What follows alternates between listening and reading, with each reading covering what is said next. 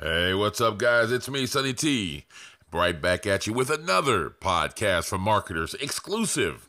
Now, I want you to go to Cheeseburger Nation for my podcast, Stealthy Millionaire on Instagram, YouTube. It's podcast for marketers, and Billionaire Vids on Snapchat, Billionaire Vid without the S on Twitter, podcastformarketers.com for your free MP3 player. You got to pay for your fucking shipping. Right?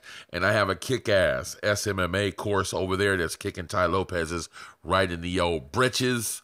You can see all of those links down below in the description and the first comment as well. Go to funnelhackerpro.com for my Facebook group. It's kick-ass, man. Dudes are over there making big progress. Smash that thumbs up, man. I want you to break your fucking mouth, man. If you like this video, man, make sure you comment below.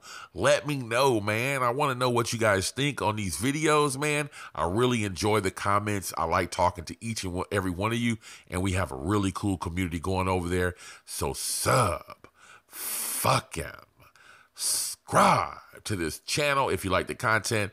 I do videos every day, non-stop. I'll never stop. Boom. All right, so we are on Sonny's summer tip number 26, right? We're getting really close to 30. I haven't decided whether I want to start this at 30 or stop this at 30 or whether I want to stop it at 60.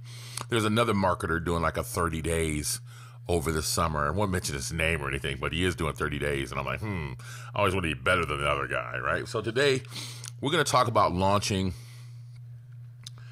your first business, right? And I say your first business because this won't be your last. The one thing that I want you to understand is that when you first start your business, it will not be your last business. What I want you to get in the habit of doing is launching something. Now, this is over the summer, right? And I want this to be really easy. And I've said this before, to start this off, is that you live in your niche. Okay? So people always want to know, what is your niche, right? And you want to make money, right? You live in your niche, right? There's a couple of reasons why I want you to get started with what I'm talking about. Number one is there's a big thing going around right now. People ask me all the time, Sonny, I can't get any clients. What do I do? How do I get clients? What can I possibly do? I've been trying everything. If you can't market yourself, if you can't figure out how to get clients for yourself, then you probably don't need to be trying to be a fucking marketer right now. The first thing, you don't need to try to offer marketing services right now. Let me correct myself, because that would be wrong. What I mean is that you shouldn't be offering your services to anybody yet. If you can't figure out how to go out and get clients, then you shouldn't be trying to market yourself. What you should be doing is learning the fundamentals of marketing in general, right? And what I want you to do is launch a simple business. Now, for you guys that are already started with your social media marketing agencies, this does not exclude you. I still want you to do this because you need more than one stream of income. Right? You need to realize that right now. Most guys that are out there marketing, myself included, have more than one stream of income. We have 2 or 3 different streams of income coming in, right? So that means that if you are a social media marketing agency, okay, then you probably need to add in some type of consulting business or a coaching business. And then you also need to add in maybe some e-com, right? Or Amazon FBA along with it, or some affiliate marketing. Okay, you need to have, this is your first stream of income. Then you have your second stream of income here, and then this would be your third stream of income. So you have 3 or 4 things working at one time, right? So, and you might say to yourself, well, Sonny, then, my social media marketing agency isn't really doing that well, so I don't want to start. No, that is the exact reason why you start up another stream of income. Because a lot of times what will happen is let's just say your social media marketing agency is suffering a little bit. Womp, womp, womp, right? So that's a sad face, right? He's suffering a little bit and he's not making so much money, right? But your e-commerce business is doing well. He's singing the Pharrell song. He's happy, blah, blah, blah, right? Well, you'll be able to borrow money from this guy to keep this guy alive, or the other way around, right? So you always need to have a couple of streams of incomes. And so the reason, I'll give you an example of one of the biggest businesses that I've known about since I've been a kid, and I've been in and out of the business all my life, and I've make money with it, is the trucking industry, okay? Trucking will always pay the bills. If you bought it, a truck brought it. It's just that simple. Trucking will always pay the bills. If you own the truck outright, you're going to make money, right? So the first thing you would do is you would buy one truck. This is just an example, guys. All right, and this is exactly what I did. I bought a truck for $3,500 in the late 1990s, okay? And I drove that truck for 6 months, okay? And that truck made me equivalent of about $8,000 a month, right? And I'm talking about with literally no maintenance other than tires and oil changes, okay? I took that money and I bought a second truck, okay? And then I had another guy driving my truck, so now I have 2 trucks on the road, okay? I immediately took some money, like 3 months later, and bought a third truck. Now, what I did with that third truck, now I have 3 streams of income, right? What I did is I took 2 trucks, and to show you how this worked out, now I took 2 trucks, which were making me somewhere in the area of about $20,000 a month, okay? And I paid off all of the bills and the truckers with those 2 trucks. The third truck went all to me, okay? So that's how you kind of do things, right? So these 2 trucks paid all the bills. They paid my drivers. They paid for the maintenance for all 3 trucks, okay? And the way you do it is you say, okay, so a truck makes like $1.50 a mile. You pay $1 to the truck, and then you keep 50 cents for the company, right? So, but what I did here is I had 2 trucks making $3 a mile. I took the entire $3, and I paid, $1 to the drivers, which was something like, back then they were making something like 25 cents or whatever it was, 50 cents a mile is what they were making, right? So I paid 50 cents a mile to the drivers, and then the other $2 I put towards maintenance, right? But I split it between these other trucks that I had. So this third truck was total profit of another $10,000 or $8,000 a month. So that's 3 streams of income that you want to have for yourself. So don't think just because that you have a social media marketing agency that may be doing well for yourself, I don't even care about that. I still want you to try what I'm telling you right now, okay? So now let me get back to living in your niche. A lot of people are going out, and you guys know the old story, and I've said this before, and I'm glad I'm doing it again, and I'll continue to do this story. You guys have the same old story about back in the day, there was a guy that wanted to look for gold, right? And he went all around the world looking for gold. He went to, he fucking took his horse and his fucking donkeys, and he went out to California. Then he got on a boat, and he left. Oh, he went up to Oregon. And then that was a gold rush there. And then he left and he went to China looking for fucking gold. And then wherever there was a gold rush. And then finally the gold rush and the silver rush and kind of calmed down. And he came back home like 30, 40 years later, right? Got back to his house and he was broke as fuck, man, right? He didn't have any fucking money. So the first thing he did when he got home back in those days, you had to go put yourself a garden in, right? Put the fucking pitchforks and all that stuff inside the fucking ground to go make that garden, and he hit oil, right? Had been all over the world, everywhere around the world, got back home, and he had oil in his backyard. And I paraphrased, but that is like a fucking true story somewhere. I promise you. It's a true story, right? And I've done this myself. I've been around, literally around the world, looking for money, looking for businesses to start, right? And all along, I was the business. My wife can attest to that. All along, I've been looking for all kind of shit to do. Man, if there was one person that would look for businesses, I am always into doing some kind of business. But the entire time, I was the business. Me. I had the talent. I had the know-how. I had the fucking, the voice, the education, the whole 9 yards, right? I had the business was me. I've been all over the world, literally. And then I sit here today and I am the core. Without me, my business would, I mean, seriously, somebody else could try to do this business and it would tank because it's not me, right? So I'm the business. So what I want you to do is you live in your niche. So today, I'll give you an example. My wife and I took off today and we went to a little place in the south of France. I can't think of the name of it. Oh, it's Limoux, spelled like this, right? And down here, where in this side of France I'm in, a really popular drink they have here is called, now don't get me the fucking line what it is. It's Muscat, right? And it's a sweet grape, and it's an aperitif, no, a digestif. It's an after dinner drink, supposedly, right? But my wife and I like a sweet wine. We don't like these dry, tart-ass wines, right? So it's really good. And then we found something else called nougat.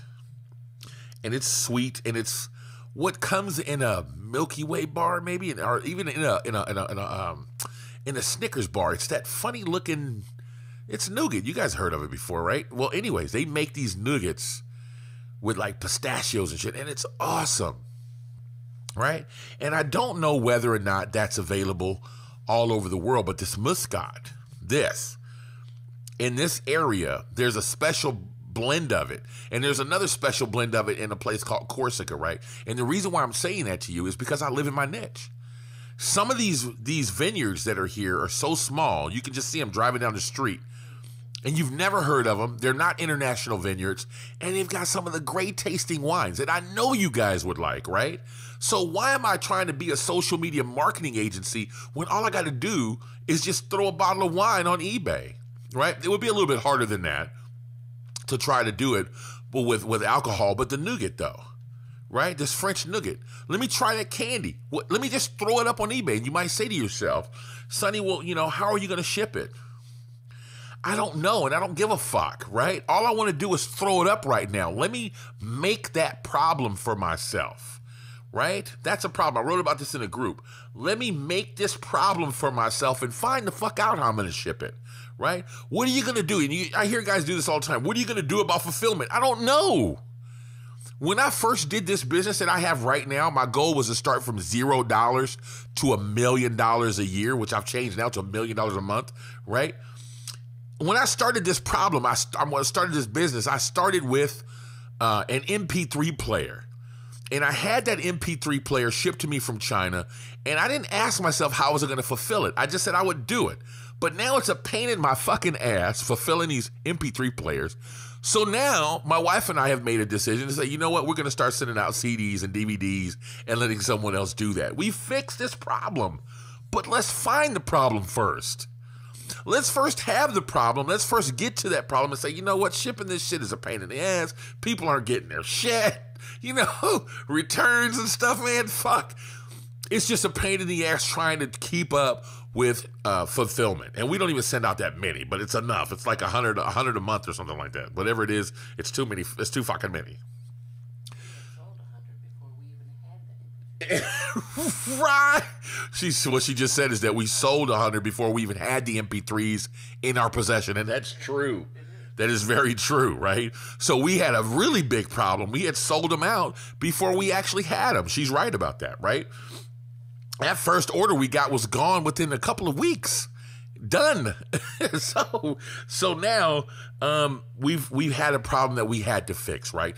So this nougat, let me just throw it up, right? But maybe that's not good. Now, here's the thing. I just told you a problem.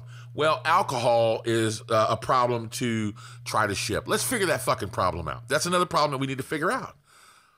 Let's go find out what the problem really is. Let's put the shit up on eBay and see if it sells first. Let's put it up on Etsy or wherever the fuck you would sell wine, and then figure out how hard is it and what do we got to really do to send out a case of these wines. Maybe I just need to find a distributor in the United States that I can send it to, and he'll just say, hey, man, just send me 50 cases of shit and let's see if we can get it sold. Done. Let's get the problem done. You live in your niche. There's something in Texas. I tell my wife this all the time, man. There's some kick-ass hot links, right? They're not like California hot links, though. But Texas has some kick-ass hot links, okay? Texas has some just good beef, period. It's fucking Texas, right? So you're not going to be able to get those hot links everywhere. As a matter of fact, I sent my wife. She was in the state somewhere, and I sent her out to find hot links. She's like, I can't find it. I was pissed. Right? I was in Ohio. Yeah, you were in Ohio. She was in Ohio. And I sent her out. I was over here, and she was over there visiting. And I says, man, get some hot links, right? If you're in Texas, those people want that shit all over the United States of America. California has their own brand of hot links that kicks Texas's ass. I won't get into that, but it's true, right? And in Spain, they have a chorizo. It's a soft chorizo, right? That you put in your eggs, and it's really good. It is awesome. My wife and I just drove to the border of Spain just to get some chorizo. So that'll tell you how good it is, right? So you live in your niche. There's something special you have. And what I want you to do, here's your homework for this particular tip, is I want you to take something that you have. Somewhere you live, there's somebody that does something special. There's a chocolatier that sells something special. There's a donut shop or a pie shop, and this woman bakes pies like nobody's business. There's an ice cream shop. Did you guys know right now that India, their ice cream consumption is up by something like 3,800%? They have a newfound wealth over there or something like that. And now they love ice cream, and they're just fucking consuming ice cream like crazy in India. Did you guys know that? Now you do, right? So figure out your kick-ass ice cream and put it on sale in India and see if it sells, right? And then you say, well, Sonny, how am I going to get ice cream from hot-ass wherever I live to hot-ass Texas? Figure out that fucking problem, right? That's a problem you need to figure out, right? But start. Get it done, right? Now, obviously, you don't want to send fucking ice cream to India. That's just fucking nuts. But my point is that figure out you live in your niche, and that's the business that I want you to start right now. Okay? It doesn't have to be. Everybody's going to China, right? Oh, I know where I can go buy a widget in China and sell it on fucking Amazon. Why? There's something in your town. There's a guy that sells recliners. There's a company in your town that does bespoke T-shirts or retro fucking. There's a record shop that sells original wax jazz albums or something that nobody knows about. There's something in your town. I don't give a fuck how small. The smaller the town, the better. Ain't Bees apple pies in fucking Okefenokee, North Carolina, where you are, those fucking things will sell for $25 to $30 a pop. We've seen it. I looked it up. Saran wrap the shit out of that fucking pie, make some 8B boxes, throw that shit up on fucking a few websites, man, and let her fly. And watch what happens, man, because you need to start creating these small problems for yourself and start overcoming these small problems and learning the logistics and the ins and outs of marketing that way. If you do what I'm telling you right now, I promise you that this is not, you might say, well, Sonny, I don't want to sell Aunt Bee's pies. Or I don't want to sell ice cream to India. That's not the point. This is not, just because this is what you started doesn't mean that that's what you're going to be tomorrow. What it means is you started selling fucking chorizo from Spain and start selling wine from France or nougat from France or Aunt Bee's pies, and you figured out how to market that shit. And then you made a little bit of money, and then you start working towards the goal that you really wanted to do of a social media marketing agency or whatever the fuck it is you want to do. The point is that you shouldn't be offering your services if you don't understand marketing in the first fucking place, right? The second thing is, this is a really good way to stop that analysis paralysis shit. What everybody's, man, my wife will tell you I'm really bad with this, right? And I'm not going to tell you the whole of it because it really sounds bad if I was to say it. And it's not as bad as you would think it is, so I'm not going to say it. But this is what I will say. If I see a bunch of people jumping on a certain niche, right? And I'll give you an example. In the beginning of the year, everybody started coming out with Facebook courses. And I have a Facebook course locked and loaded. An awesome kick-ass Facebook course. But as soon as I found out that these certain groups of people that are out here right now jumped on this Facebook courses, I said, fuck that. I'm not doing it. Because at this point, I figured that if these people, these are late people, these are late adopters, and there's a group of people that are known as late adopters, right? They're just late to the fucking dinner table every fucking time, right? And so I know this is my gauge of when you're behind in what you're supposed to be doing. And I'm known, everybody knows me as a fucking visionary. I'm the person that does everything hybrid, you know? I'm doing shit way too fucking early. If I'm doing it, that means that it's not going to be in style for another 20 fucking years most of the time, right? It's true.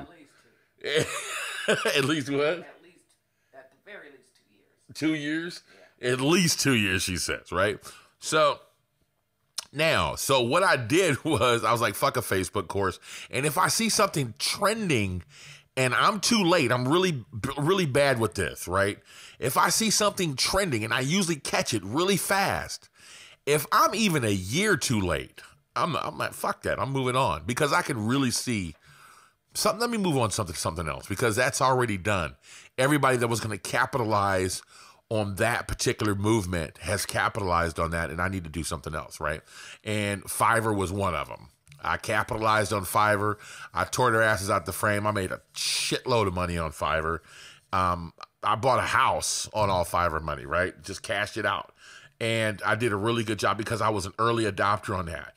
Now everybody and their mom is on Fiverr. I'm not going to do it. It's just not, I'm not going to do it anymore, right? Because you're going to be late. So don't think just because everybody's doing e-commerce. It's like when everybody came out with t-shirts, right? And I know you guys are like, Sonny, why are you going on? Because I want you to get this. I can't really see my screen because my microphone's in the way and some little bear my wife gave me and I fucked that up. It's not my fault this time. All right, now, t-shirts. It's true. 2020 vision, you could still. I would have spelled t-shirts right. T-shirts were really huge like 2 years ago. Everybody's like, my wife loves me and your wife doesn't, blah, blah, blah, t-shirt. I'm an engineer and that's why I know everything, t-shirt. And then like, I'm an engineer, that's why I know everything. Or I'm a nurse, that's why I know everything, t-shirt. So everybody and their mom was selling t-shirts on Facebook and it was the biggest thing, right? Why didn't I jump on it? Because everybody was doing it. It was saturated, and the market was just saturated. At first, it was cool, but now you can't just throw up a T-shirt that says with plain text, "I'm a kick-ass engineer," and now you know it. Now you have to actually fucking put a design and do some work. I'm not fucking with that, right? And you got to do all this super, that's when Facebook ads were really cheap. And now trying to do all this super targeted, trying to figure out, who engineers are, is going to cost you $15 a click now, right? So the time has passed for them. And now everybody's on e-commerce, right? E-com and FBA. And that's cool, right? But you don't have to do e-commerce on a Shopify store, or you don't have to do Amazon FBA. You can just go get fucking 8Bs, fucking pies, and throw them online yourself and make some fucking money, man. You live in your niche. Go find something that is unique. That's a good word. Unique in your town. There's something unique there. I don't know where you live, but there's something unique. You have to look for it. Find that. See that, especially if you're out of the country. I see these Asian guys, man. You guys, I love you guys, man, but you're missing the fucking boat, man. One guy hit me and he's like, man, I really want to, make some money online. I want to do some e-commerce. and he was in Vietnam.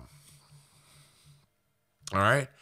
And I literally just took his hand, went to Etsy, and started linking him to shit that people were selling from Vietnam.